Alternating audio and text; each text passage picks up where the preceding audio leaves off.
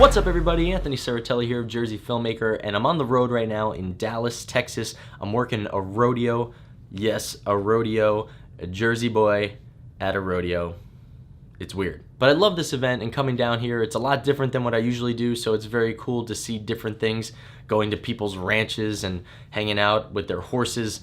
This stuff is different to me. But anyway, I'm in the hotel room as you can see, and on a whim I decided to make a video about lighting a hotel room cinematically or stylistically. So to start, just so you know, this isn't necessarily a low budget lighting setup, nor is it a high budget lighting setup by any means. It is more low budget than high budget, but I'm not using just available light or anything like that. So I just wanted to put that out there because I don't want you to think that I'm in the hotel room lighting with the lights that are in here. I do have my lighting kit with me because I'm here on a job, so I actually have 4 other lights going right now, and we'll get to that in a second. First of all, this is a pretty small room. There's barely even space to walk around, never mind putting up stands and lights and tripods and cameras. When I'm on a trip like this for a job, I usually have a lot of cases to store all my gear in, so I piled that nicely into this corner so that everything was kind of out of the way. This has nothing to do with the lighting setup, but when I get in, one of the first things I do is set up my computer and charging station. Thankfully, I don't have to move hotels on this trip, so once I set this up, I'm good for the week, and every night I come back, I can pop these on,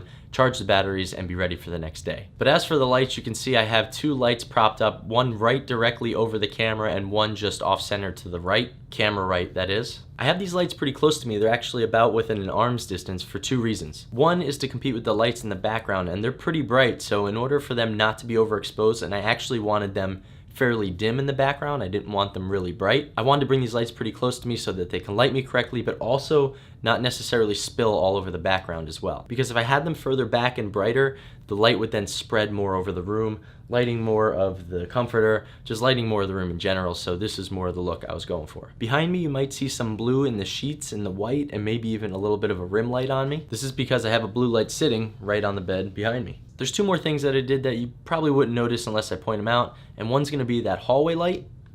Not having that light there felt very odd to me because the shot is very symmetrical, and the light on the wall over here from this practical doesn't work like that on this side because there is no wall, so I thought adding this light in made it look a lot more even. The light I have back there is an Aperture Amaran, just like all the other lights I have in the scene right now, which is why I can control it with this nifty wireless controller. And like I said, I just have it lying on the floor at a little bit of an angle, so it just lights up the hallway when I turn it on and off. And you can see that I have an orange gel on top of this light so that it matches the color temperature of the practical lights in the room, which I'll get to in a second. I also had that blue gel on the light behind me on the bed. I usually do carry gels with me, although I don't use them that often, but this particular week on this particular job, I am doing a lot of stylized stuff, so I probably will use them at some point, at least once or twice. But moving on to the second thing you might not have noticed is these practicals are tinted a little bit more orange with more gels. They're obviously a warm tone to begin with, but I wanted to add more orange to them so that they would offset the blue on the bed a little bit more because I thought it would look cool or warm or both. And that's all of them. Again, it's the 2 up here that I have diffused a little bit. I have the one behind me with the blue gel. I have the one in the hallway with the orange gel, and I have these practicals orange gelled up a little bit too. Let's cycle through the lights one by one so you can see what each one looks like. We'll start with the background and add in the hallway light. On, off. Next we'll move to the blue backlight. On, off. Next is the light directly over camera. On, off. And then the light just off to camera right. On, off. Now let's turn them all on, starting from back to front. Hallway light, blue light, center light, right light.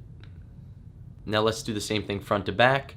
Right light, center light, blue light, and hallway light. We could do a couple other things like take out the blue light.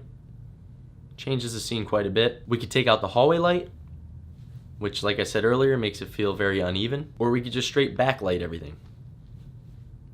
Just something different. Now you can play with these and put them all over the place and try different things, but the trickiest part with all this is exposing. And I'm shooting on an A7S II right now, which doesn't have a flip out screen, so in order for me to get the exposure correct, unless I had a light meter, which I don't, I had to light, shoot, bring it over the computer, look at it, because it's hard to see on that little screen, light, shoot again, look, light, shoot, look, light, shoot, look, until I got it right. So it's a lot easier if someone's behind the camera and able to play with the exposure as opposed to having to go back and forth in a situation like this. But anyways, that's how we went from this